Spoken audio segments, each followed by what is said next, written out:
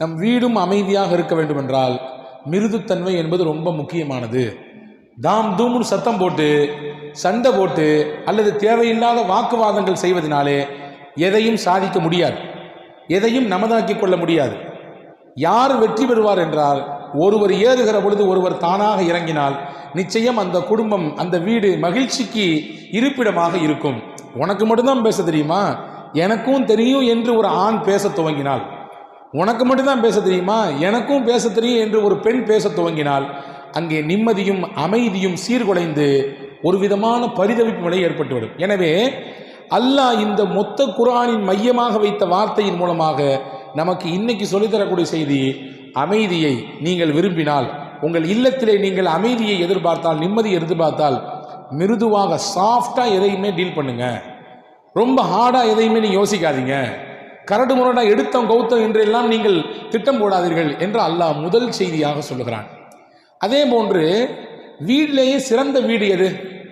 ரசூலுல்லாஹ் சொன்னாங்க, ஹைரு பைத்தின் ஃபில் முஸ்லிமீன பைத்துன் ஃபீஹி யதீமுன் யுஹ்ஸனு இலைஹி. வீடுகளிலேயே, முஸ்லிம் வீடுகளிலேயே சிறந்த வீடு எது தெரியுமா?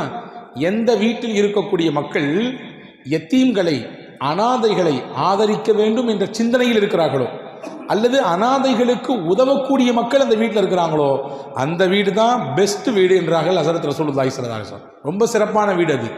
அதோடு மட்டுமல்ல, வீடுகளில் சிறப்பு இருக்க, வீடு எப்படி இருக்க வேண்டும் என்கின்ற அந்த வரிசையை சொல்லும் பொழுது அறிஞர்கள் சொல்கிறார்கள், மலக்குகள் வந்து போகக்கூடிய இடமாக வீடு இருக்க வேண்டும்.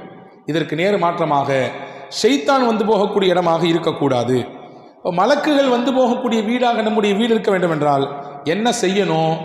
அல்லாஹ் ரசூல் பிடித்தமான முறையிலே நம்முடைய வீட்டினுடைய தோற்றத்தை, அதிலே உள்ள இருக்கக்கூடிய விஷயங்களை அமைத்துக் கொள்ள வேண்டும்.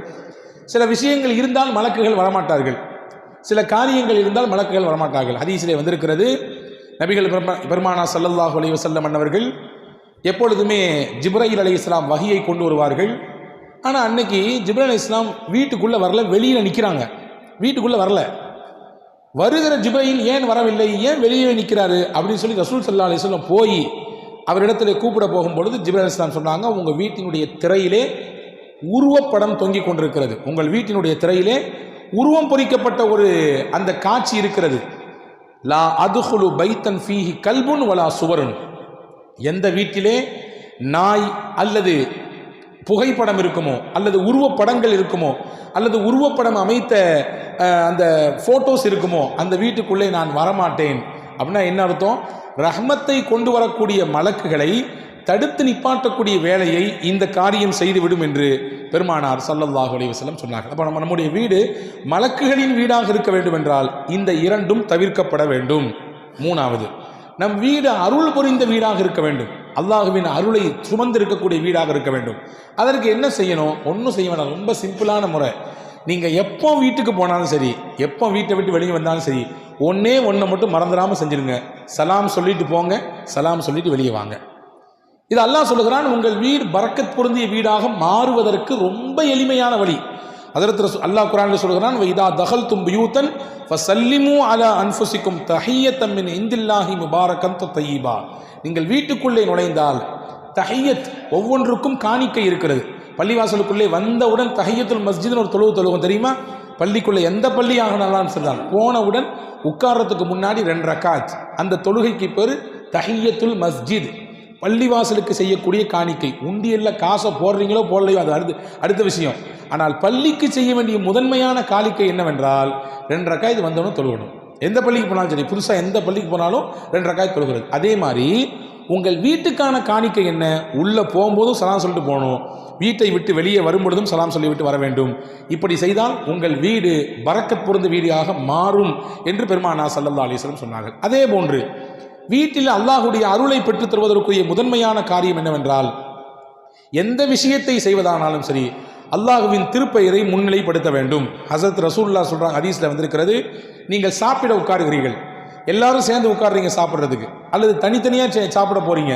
இப்போ என்ன செய்யணும்? ஹஸரத் ரசூலுல்லாஹ் சொன்னாங்க, இதா தஹலர் ரஜுலு பைத்தஹு ஃபதக்கரல்லாஹ இந்த துஹூலிஹி வ இந்த தஆமிஹி கால ஷைத்தான் லா மபீத்தலக்கும் வலா அஷா. வீட்டுக்குள்ளே வரும்பொழுதே அல்லாஹ்வுடைய பேரை சொல்லிட்டு பிஸ்மில்லா அஸ்ஸலாமு அலைக்கும் சொல்லிட்டு வர்றாரு. உட்கார்ந்தவன சாப்பாடை வைக்கும் பொழுது பிஸ்மில்லாஹிர் ரஹ்மான் ரஹீம் என்று எல்லாரும் சப்தமாக சொல்லி சாப்பிட துவங்குகிறார்கள். அப்போ ஷைத்தானுடைய கூட்டம் சொல்லுமா, எப்பா இந்த வீட்டில் இன்னைக்கு ராத்திரி தங்க முடியாது, இந்த வீட்டில் நமக்கு சாப்பாடு கிடைக்காது. ஏன்னா இவங்க அல்லாவின் பேரை சொல்லிட்டாங்க, அல்லாவின் திருநாமத்தை சொல்லி சாப்பிடுகிறார்கள், அல்லாவின் பேரை சொல்லி உள்ளே நுழைகிறார்கள். எனவே இங்கே நமக்கு தங்குவதற்கும் இடமில்லை, இங்கே நாம் சாப்பிடுவதற்கும் எதுவும் கிடைக்காது, வாருங்கள் போய்விடுவோம் என்று சொல்லி அந்த ஷைத்தானின் கூட்டம் வெளியே போய்விடுவான். இப்போ அல்லாஹ்வின் திக்ரை சொல்லுகிற இடமாக இல்லம் இருக்க வேண்டும். எதையாவது கண்டது கழியதை பேசிட்டு யாரையாவது கரைச்சி குடிச்சுக்கிட்டு அல்லது வேற ஏதாவது பெரிய ஸ்க்ரீனில் உட்காந்து பார்த்துக்கிட்டு அல்லது சின்ன ஸ்க்ரீனை வச்சுட்டு எதையாவது அப்படி அதை ஸ்க்ரோல் பண்ணிக்கிட்டே சாப்பிட்டு இதெல்லாம் இருக்கிறத விட நம் சாப்பிடுகிற நேரம் என்பது அல்லாஹ் தந்த உணவு. நான் மதியம் ஜும்மாவில் கூட சொன்னேன் அல்லவா, ஒரு கவலம் உணவு என்பது அல்லாஹ் நம்ம கைகளிலே கொண்டு வந்து சேர்ப்பதற்கு முன்னால் சுமார் ஏறத்தால் 32 பேருடைய உழைப்பின் வெளிப்பாடாக தான் ஒரு கவலம் உணவு நம்ம கையில் கிடைக்கிறது. ஒரு கவலம் உணவு நம்ம கைக்கு வரணும்னா எத்தனை பேர் உழைக்கிறாங்களாமா? 32 பேருடைய உழைப்பு, வேர்வை, சிந்தல் இருக்கிறது. இப்போ அந்த உணவை சாப்பிடும் பொழுது வீட்டிலே இப்படி பிஸ்மில்லா சொல்லி அல்லாவின் நாமங்களை சொல்லி சாப்பிடுகிற பொழுது அது வரக்கத்தாகவும் ஆகிறது, ஷைத்தான் வெளியேறுவதற்குரிய இடமாகவும் ஆகிறது. அதே போன்று வீட்டில் மகிழ்ச்சி பெறுவதற்குரிய முக்கியமான விஷயம் என்ன இருக்குதோ அதை கொண்டு சிறப்பாக வாழ வேண்டும். என்ன அல்லாஹ் தந்திருக்கிறானோ அதை பொருந்தி கொண்டு இல்லத்தை நடத்த வேண்டும். இல்லத்தரசிகளாகட்டும் அல்லது இல்லத்தில் இருக்கக்கூடிய தலைவராக இருக்கக்கூடிய கணவனாக இருக்கட்டும். இன்னைக்கு தொழிலில் வியாபாரத்தில் இவ்வளவுதான், அதை நினைத்து வருந்தி கொண்டு புழுங்கி கொண்டு கசங்கி கொண்டு இருப்பதை விட அல்லாஹ் விதித்தது நமக்கு கிடைத்திருக்கிறது. இந்த மாதத்தில் இதுதான் நமக்கு வருவாய், இதை பொருந்தி கொண்டு அந்த வீட்டின் மனைவி போகிவிட வேண்டும். அதுதான் பரக்கத் பெருந்திய வாழ்வுக்குரிய அர்த்தம் என்றார்கள் பெருமானா ஸல்லல்லாஹு. சரிமா, உங்களுக்கு நபிகளார் ஸல்லல்லாஹு அலைஹி வஸல்லமுடைய வம்சத்தொடரில் அப்படியே பின்னால் போய் பார்த்தீர்கள் என்றால் அங்கே மேலே நிற்பது ஹஜ்ரத் இஸ்மாயில் அலைஹிஸ்ஸலாம். இஸ்மாயில் அலைஹிஸ்ஸலாம் ஆரம்பத்தில் ஒரு நிக்கா செய்தார்கள். அந்த நிக்கா செய்து தம்பதிகள் எப்படி வாழ்றாங்கன்னு பார்க்கறதுக்காண்டி இப்ராஹிம் அலைஹிஸ்ஸலாம் வந்தாங்க. வந்தவங்க கேட்டாங்க, பாப்பா எப்படிமா போகுது மருமகள்கிட்ட கேட்குறாங்க, குடும்ப லைஃப் எப்படி இருக்குன்னு கேட்டாங்க. ஏதோ போய்கிட்டு இருக்கு. அந்த அம்மா சம்பாதிச்சு கொண்டு வராரா வீட்டுக்காரரு, ஏதோ கொண்டு வராரு, கொஞ்சம் நெஞ்சம் ஓடுது. சரி, சாப்பாடு மற்ற விஷயம்லாம் எப்படி இருக்குது? ஏதோ அரை வயிறும் கா வயிறும் நிறைஞ்சி கழிஞ்சும் கழியாமையும் அப்படி போகுது. இந்த மாதிரியே பதில், எல்லா பதிலுமே அப்படி ஒரு ஒரு திருப்தி இல்லாத பதில், ஒரு மனநிறைவு இல்லாத பதில். உடனே ஹஜ்ரத் இப்ராஹிம் அலைஹிஸ்ஸலாம் சொன்னாங்க, உங்கள் வீட்டுக்காரர் வந்தாருன்னா நான் ஒரு செய்தி சொல்லிட்டு போன சொல்லுங்கள், வீட்டு வாசப்படி சரியில்லை, அதை கொஞ்சம் மாற்றி வைக்க சொல்லுங்கள், ஆல்ட்ரு பண்ண சொல்லுங்கள். நான் அந்த அம்மா வந்துட்டு அந்த அம்மா வீட்டுக்காரர் வந்த உடனே எல்லாத்தையும் மறந்துடுச்சு. இஸ்மாயில் அலைஹிஸ்ஸலாம் கேட்டாங்க, நான் வெளியே போன பின்னாடி யாராவது வந்தாங்களா? ஆமாம், ஒரு பெரியவங்க உங்கள் வாப்பா வந்தாங்க. என்ன கேட்டாங்க? இந்த மாதிரி கேட்டாங்க. சரி, ஏதாவது செய்தி சொன்னாங்களா? ஆமாம். வீட்டு வாசப்படி சரியில்லையாமா, மாற்றணுமாம்மா. வரலாறு எழுதுகிறாங்க, இஸ்மாயில் அலைஹிஸ்ஸலாமுக்கும் அந்த பெண்ணுக்கும் இடையிலே உறவு இடையிலேயே முறிந்து போனது, தொடரலை, நீளமாக தொடரலை, அந்த லைஃப் பாதியிலே கட் ஆயிடுச்சு. அதுக்கடுத்து கொஞ்ச நாளைக்கு முன்னாடி இன்னொரு நிக்கா செஞ்சாங்க, பனு ஜுர்ஹம் என்ற அந்த குலத்தை சேர்ந்த ஒரு பெண்ணை. அவங்க 2 பேருக்கு மத்தியிலும் நல்ல வாழ்க்கை போகுதா, எப்படி இருக்குது அப்படின்னு பார்க்கறதுக்காண்டி மாமனார் இப்ராஹிம் அலைஹிஸ்ஸலாம் வந்தாங்க. வந்தவங்க அதே மாதிரி கேட்டாங்க, எப்படிமா லைஃப்? அந்த அம்மா சொன்னாங்க, ரொம்ப திருப்தியாக இருக்குது, அல்ஹம்துலில்லாஹ். சம்பாதிக்கிறதுலாம் போதுமா வீட்டுக்காரரு? அல்ஹம்துலில்லாஹ் போதும், இருக்கிறத கொண்டு போதுமாக்கி வாழ்கிறோம். சாப்பாடுலாம் என்ன? அல்ஹம்துலில்லாஹ், அல்லாஹ் தர்றான் எங்களுக்கு, அதை சாப்பிட்றோம். பொதுவாகவே நமக்கு ஏதாவது சில குறைகள் இருந்தாலும் நீங்கள் அல்ஹம்துலில்லாஹ் என்று சொல்லி பாருங்கள், அல்லாஹ் அதன் வார்த்தைக்கே தனி சக்தி வைத்திருக்கிறார். குறை இருந்தாலும் நீங்கள் சொல்லும் வார்த்தை அதை நிறையாக மாற்றிவிடும். இதை கேட்ட உடனே அப்படி மனசு குளிர்ந்து போச்சு. யாருக்கு? இப்ராஹிம் அலைஹிஸ்ஸலாம். உடனே துவா செஞ்சாங்க, அல்லாஹும்ம பாரிக் லஹும் ஃபித் தஆம் வல் லுஹூம். யா அல்லாஹ், இவர்களுக்கு உணவிலே, ஆட்டு இறைச்சியிலே, நீரிலே நீ பரக்கச் செய்வாயாக என்று துவா செஞ்சுட்டு போனாங்க.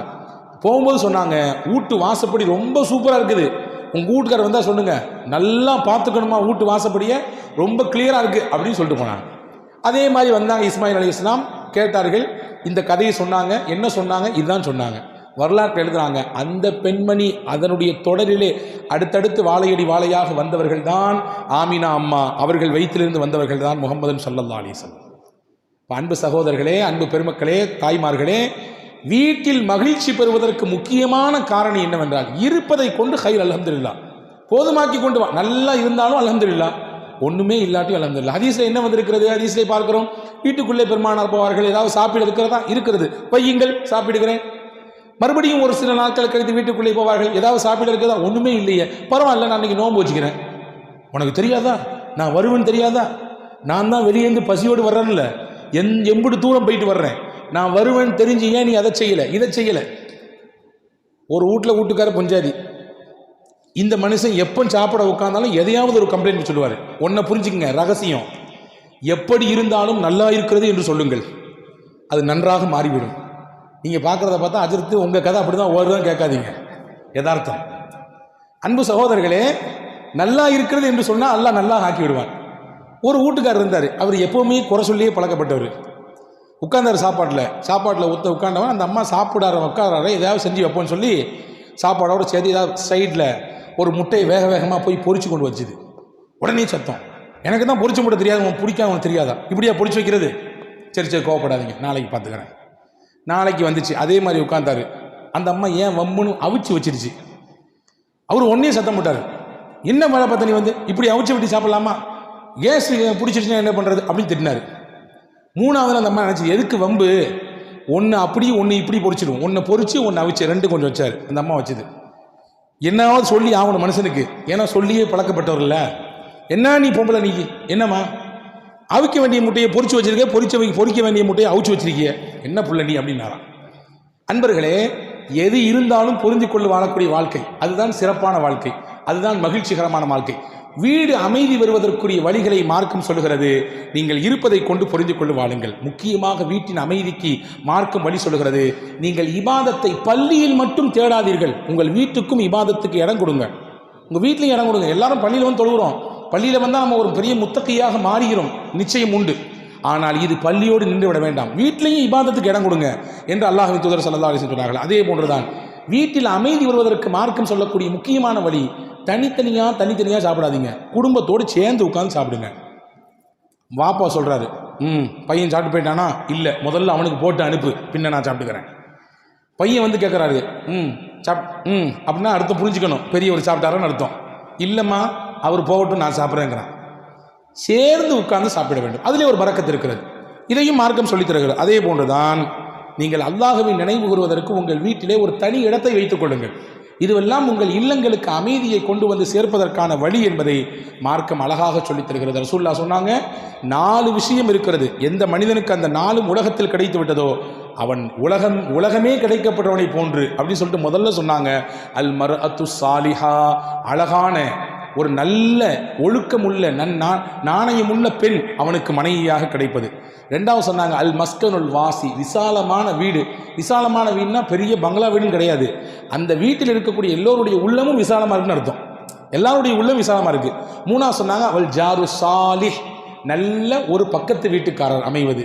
நாலாவது சொன்னாங்க அவள் மர்கபுல் ஹனி, தனக்கு விருப்பமான வாகனம், அந்த வாகனம் எந்த கோளாறும் இல்லாமல் சிறப்பாக இருக்குது.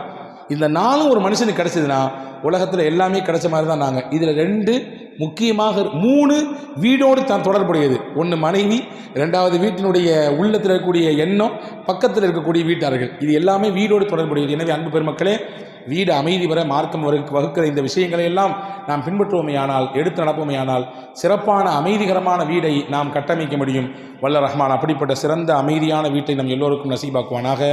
ஆமீன். வாஹிரு தாவா அல்ஹம்துலில்லாஹ்.